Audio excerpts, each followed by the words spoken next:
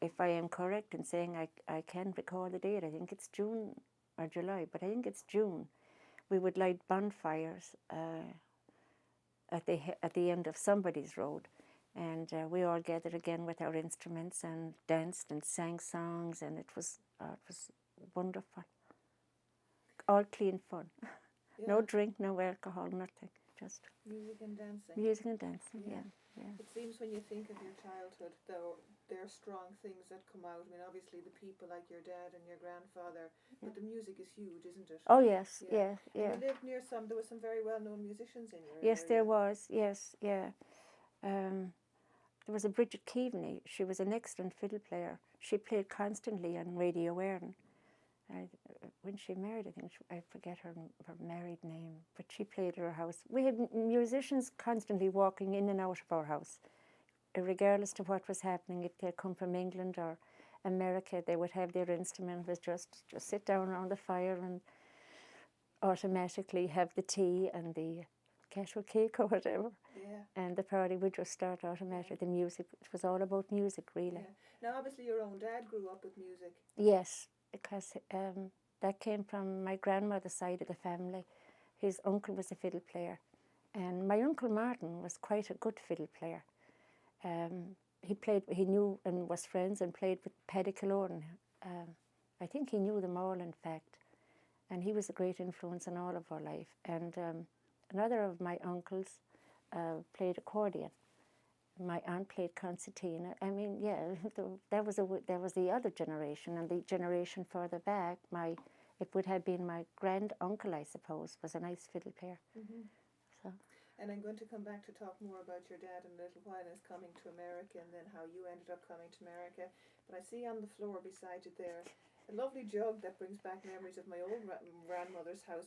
You might like to pick it up there and show it to us and talk to us a little bit about it. And yes, I'm very happy to have this jug. We can have a look at it. Oh, all right. This is a jug that's been handed down from generation to generation in my family. When my grandfather married and brought his bride into the house, this jug was on the dresser. So I suppose I would be going back a few hundred years. Prior to that, there were two of them, but the handle broken one, and I managed to get the good one. So and the plates are still there. I don't know, I'm not sure if they are or not. They have 3 plates on top of a dresser, and this is part of what's in the dresser in the kitchen. They're called dressers at home. I don't know what they're called here. And so when you see the jug, when you have it in your hand there, what kind of feelings does it bring to you? Oh, well, I know her name. Bridget Coyne was my grandfather's mother's maiden name, and she married John Mannion, and Mannion is the family name, as you know. And I take great pride in having this. I often thought about having it appraised, but it's really not what it's about. So. No, except just for protection to know. Yeah, you know. Yeah, nearly. Maybe one day I'll hand it down to my... Yeah, I think you fought to get hold of that. I did. I did, in fact. It was it into the wrong hands. We won't ask you about that. I didn't tell you, I don't. No, you can tell us about the fight to hold on to it if you'd like. I had to dance to get it back, that's all. You had to what? I had to dance. What was that all about? Oh, that was friends of my aunt's in the Bronx. She had the jug, and she said, "Oh, surely you're going to pray for your dance for your cousins now from Las Vegas." I said, "No." And I said, "You know, I like that jug. How did you get that jug?" So she said, "Well, I tell you what. If you dance now for Mary Kate, you'll get the jug." I said, "That's a deal." You obviously wanted that jug. I wanted that jug, yeah. It's a nice one, and it is one that one would see on, the dressers and that home. Yeah. Probably of no value, monetary value, maybe. I don't know. It doesn't matter really. No. Yeah. Margie, going back to school again, and again, I know I've said I want to come to talk to your dad, but did you stay in Ireland all through school years? Yes, I was allowed to go to England for summer breaks, London. My aunt and uncle had a guest house over there, so I was allowed to escape for a few months of the year, which was great. That had to be different. Oh, it was great. Yes. Even the boat ride across was fun. Yeah. Talk a little bit about how you would spend your summers in London, because you certainly weren't out building. No, my aunt put me to work. She taught me to use a switchboard and things like that, and She had a guest house. There were 17 room, I think it was 17 room guest house, B&B. So chief cook and bottle washer, and she paid me, of course. Of course, you discovered you are an entrepreneur. Yes, and when you're a worker, they would like for you to stay in Ireland, you know. My sister came to America right after she finished school. She went to the convent in Roscommon. She worked in Wall Street, and it was just me then and my brother home at the time. And did Dublin feature at all in your lives? No, not really. I never knew Dublin until I went there before I came to America to get my visa. That seems to be a feature of many people in the west of Ireland, either London or New York. Yes, but not Dublin. You just bypass it somehow. Yes, that's true. But going to London for a young girl from the west of Ireland, yes, it had to be very different. It was. I loved it right away, though. I really loved it, and it was a great privilege to be allowed to go. And I had a great aunt and uncle. They were very good. And my brother took off at one point and joined me without even telling anybody. That was bad. Indeed, it was. Yeah, but we had fun, and ultimately he Would went you back. have travelled on your own going over there now? Or? Well, no, most of the time, like my other aunt would be going over on holidays, so I could travel with her. And so did you have any strong images of those early journeys? Yeah, I remember coming back on a boat and I saw a lot of Irish people and they were drunk, and I've never experienced anything like that before in my life. And I thought, who are these people? It was my first experience of it. Yeah. Trains were nice. It was nice. It was a good break. Mm-hmm.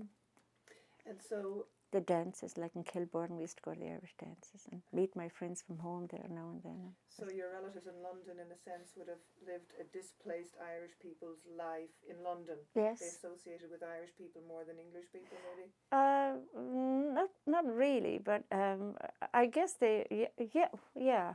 Well, they lived in the West End of London, which was really quite a good, nice area, close to Oxford Street, and I introduced all the fancy shops. Yes. That's where you got your love of shopping and the fine things in life.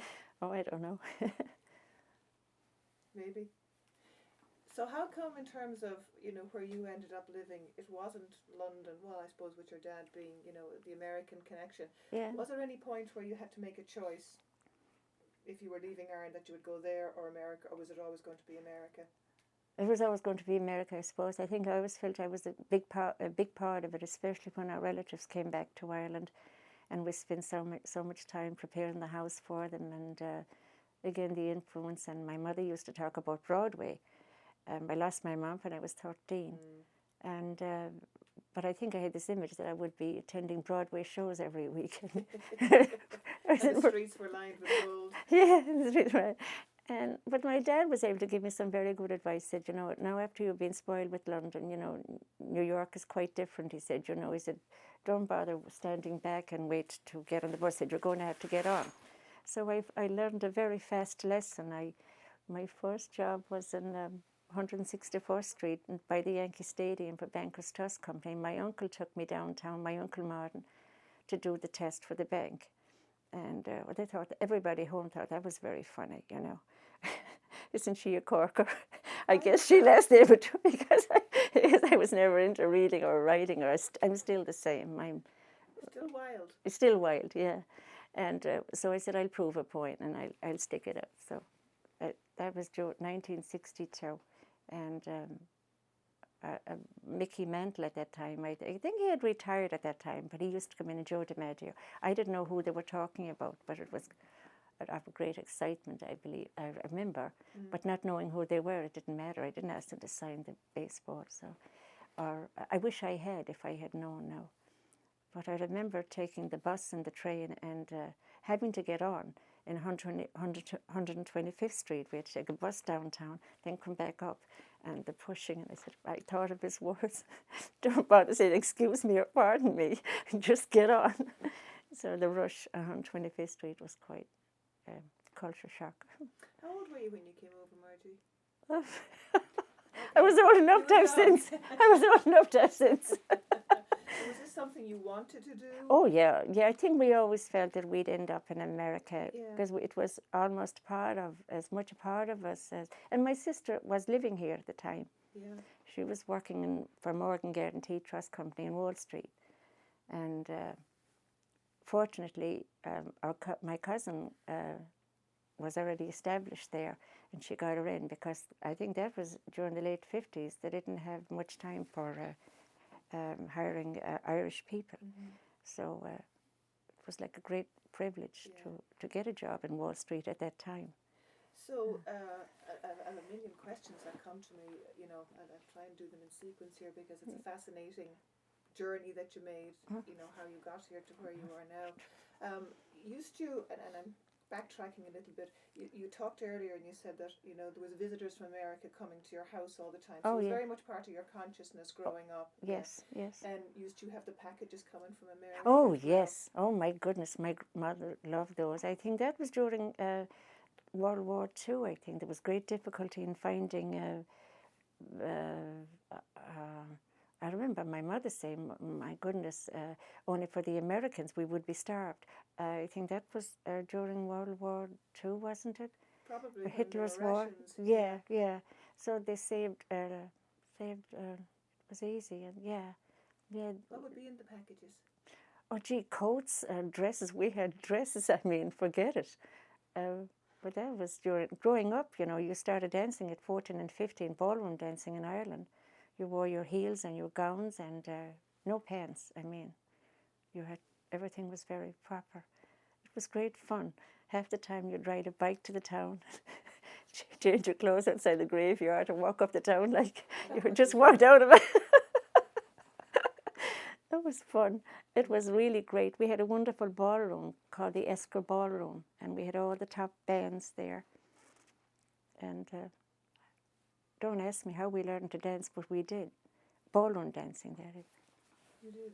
You picked it up as you went along. I guess, yeah. And you must have stood out then in your fine clothing. Oh, from yeah. America. That's true. Yeah, there was no question. Yeah.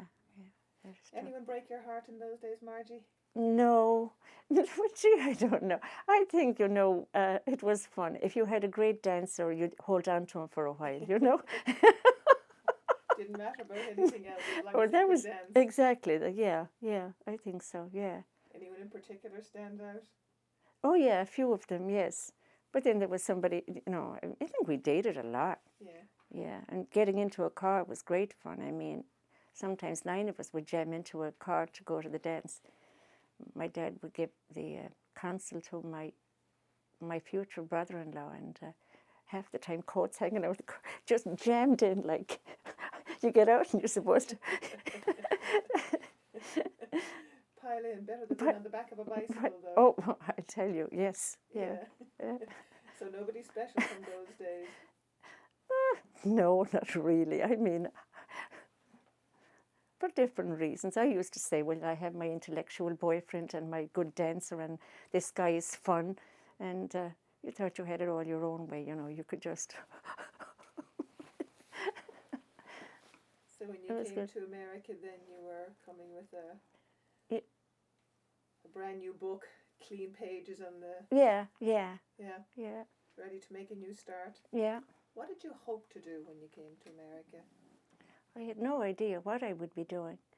I suppose in many ways I was unprepared, and yet I was very prepared because I felt that I was very unspoiled. I didn't expect too much, but I mostly wanted independence. I wanted to do it on my own and have an apartment on my own. Mm-hmm. My sister had the opposite opinion. She liked to live with my aunt and uncle in a house, and I think she was mad when she knew I was coming. She knew she had to get out and move in with me. The wild one was coming, and she'd have to move out from the comfort of a beautiful house my aunt and uncle had in the Bronx. And we took an apartment. I arrived in Castle Hill Avenue, my first place, that I arrived in the Bronx. And boy, that was kind of, I looked around and I said, gee, what did I do? What is this about? This is awful. What am I doing here? And I said, gee, from the beginning I wanted to be independent. I was entirely different to my sister. And what did you feel was awful, Margie? I thought it was, I don't know, I thought it was dirty. I thought it was after London, the outside, the outdoor cafes, I missed that. I never went to bars. It's the only thing I had to keep in mind, that my dad asked me not to go to a bar. Just one promise: never set your foot in a bar. Your mother never set her foot in a bar. So even that day, I didn't go to. I never went to the bars, but I went to the dances, of course. The Irish, the city centre, and the Jaeger House. I believe it's called the Jaeger House. And the dances were great. That was fun. How did you travel? Train. I mean, sorry, in terms of coming to America. Oh, TWA. Flew From? over from Shannon. Oh, Shannon. TWA flew from Shannon. Yeah, I think it was TWA. Yeah, I think it was TWA, Breda. Yeah. And would you have any memories of the night before you left? Oh, yeah. Oh, yeah. Good, bad? Yeah, well, Lonesome? you just wanted to go because you wanted to get out. I had great guilt about leaving because I was very attached to my dad, and I felt that I was abandoning the family. I had great guilt about that. I guess I still did for a long time, but you just have to go. You knew there was something. You had to go. You had to grow, Yeah. and no matter what, Dad begged me not to leave. He said, you should stay home and get married, and I have plenty of money. You can have anything you want. And I said, but I'll never know who I am unless I do it on my own. So mixed feelings. Yeah. But there's great guilt about. I had great guilt about leaving. That's all that stands out at me. I had great guilt about leaving Dad because I adored him. You did. Yeah. You did. And how long was it before you saw him again after making that first journey? Well, I think it was maybe 2 years, 2 or 3 years. In the meantime, my sister had returned to Ireland, and she was home. She married her childhood sweetheart and got married and lived close by. And he died of leukemia 9 months after they got married. And in the meantime, everything changed in the family situation. She moved back into Daddy's house, and she had a son. That's what happened there. So she stayed there and you stayed here. Yeah, and my brother took off to Rome. So, I mean, it was all... changes take place. In the meantime, my grandmother lived to be quite a ripe old age. She died on Christmas Eve, and she would have been 100 if she had lived until June. So she had 12 children. She would have made it to the 100, yes, yeah. Oh, my. But there's many funny stories I could tell you about her that I... it would... She was a great lady. Huh? Did some of the wild Absolutely not. Oh no! But if you like, I would tell you about how she met my grandfather.